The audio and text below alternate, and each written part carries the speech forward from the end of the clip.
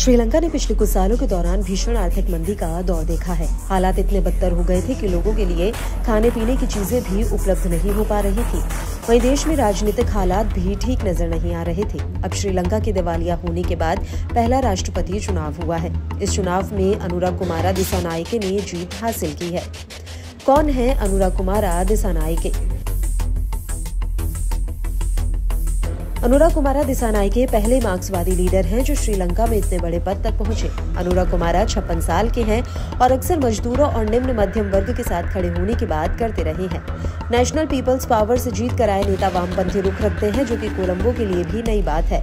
वहीं से पहले देश में चुनी हुई सरकारें दक्षिणपंथी सोच वाली रही हैं। यहाँ तक कि गोयाबाया राजपक्षे राइट विंग सोच वाले माने जाते थे, लेकिन उनके कार्यकाल में देश में आर्थिक भूचाल आ गया था, जिसके बाद दिसानायके उनके कट्टर विरोधी बनकर सामने आए, जिसके बाद जनता ने उन पर भरोसा जताया। भारत और चीन के लिए कितने अहम हैं श्रीलंका के नए राष्ट्रपति?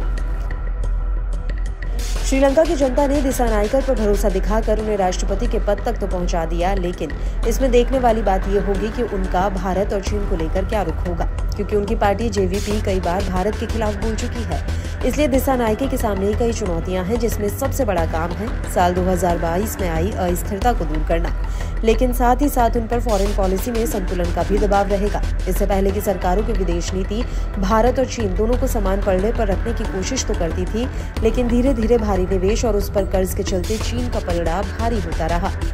श्रीलंकाई राष्ट्रपति अपने वामपंथी विचारों के लिए जाने जाते हैं। वहीं हमारे यहाँ सत्ता का झुकाव दक्षिण पंथ की तरफ माना जाता है।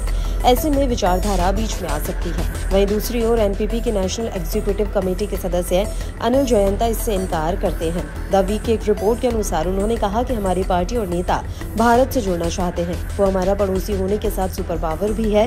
हाल ही में हमें एक एग्रीकल्चर समिट के लिए भारत से न्योता मिला, जिसमें हम दिल्ली और केरल भी गए। हमारे लीडर अपने देश की इकोनॉमी को स्थिर करने के लिए सारी बड़ी ताकतों के साथ काम करना चाहते हैं।